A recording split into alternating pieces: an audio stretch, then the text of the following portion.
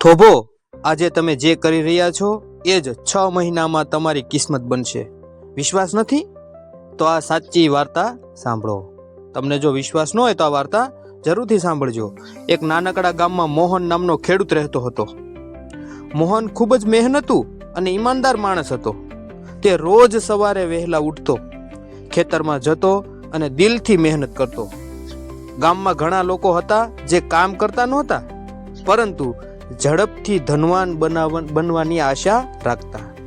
એક દિવસ ગામમાં એક સાધુ આવ્યા. ગામ લોકોએ સાધુને પૂછ્યું, મહારાજ, જીવનમાં સુખ અને દુઃખ શા માટે મળે છે? સાધુ સ્મિત કરીને બોલ્યા, આ બધું કર્મનું ફળ છે. જેવો બીજ વાવો તેવો પાક મેળવો. તમે જેવું વાવો તેવું લણો. મોહને એ વાત ધ્યાનથી સાંભળી. તે પહેલેથી જ સારા કર્મ કરતો હતો. ગરીબોને મદદ કરવી, સત્ય બોલવું અને કોઈનો અહિત ન કરવો. વર્ષો પસાર થયા. એક વર્ષ ભયંકર દુષ્કાળ પડ્યો. વર્ષો પસાર થતા ગયા, એક ભયંકર દુષ્કાળ પડ્યો. સૂકું થયું. ઘણા ખેડૂતોએ ખેતર ગુમાવ્યા, પરંતુ મોહનના ખેતરમાં પાક સારો આવ્યો. બીજાના ઓલામાં કોઈનો પાક સારો નહોતો, પણ મોહનના ખેતરમાં પાક સારો આવ્યો.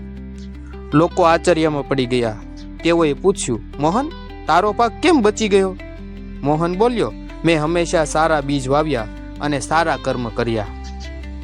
કદાચ ભગવાને તેનું ફળ આપ્યું. થોડા સમયમાં ગામના બીજા એક માણસ રાઘવ, થોડા સમયની અંદર બીજો એક રાઘવ, જે હંમેશા લોકો સાથે છેતરપિંડી કરતો, મુશ્કેલીમાં પડી ગયો. તેનું ધન ખતમ થઈ ગયું અને લોકો તેને મદદ કરવા તૈયાર નહોતા. એટલો બધો મુશ્કેલીમાં આવી ગયો કે લોકો તેને મદદ કરવા માટે તૈયાર નહોતા. ત્યારે તેને સમજાયું કે ખરાબ કર્મનું ફળ ક્યારેક મોડું મળે, પણ મળે જરૂર. મળે ખરા, ભલે થોડું ઘણું આમથી આમ થાય. સાધુ ફરી ગામમાં આવ્યા. રાઘવે પગે પડીને પૂછ્યું, મારે શું કરવું?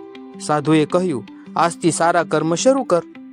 ભૂતકાળ બદલાઈ શકતો નથી, પણ ભવિષ્ય જરૂર બદલાઈ શકે.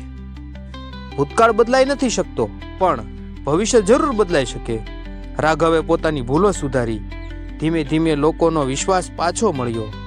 વર્ષો પછી તે પણ સુખી જીવન જીવવા લાગ્યો. ભૂતકાળ તો એનો ખરાબ જ હતો, પણ એને ભવિષ્ય માટે છે એ સારા કર્મો કરવાનું ટેવ પાડી અને એ આગળ જતા કેવો થયો? સુખી થયો.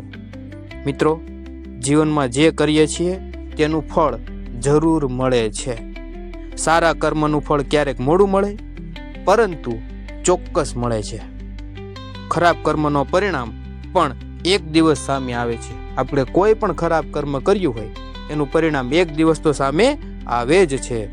આજથી સારા કર્મ શરૂ કરીએ તો ભવિષ્ય સુધારી શકાય.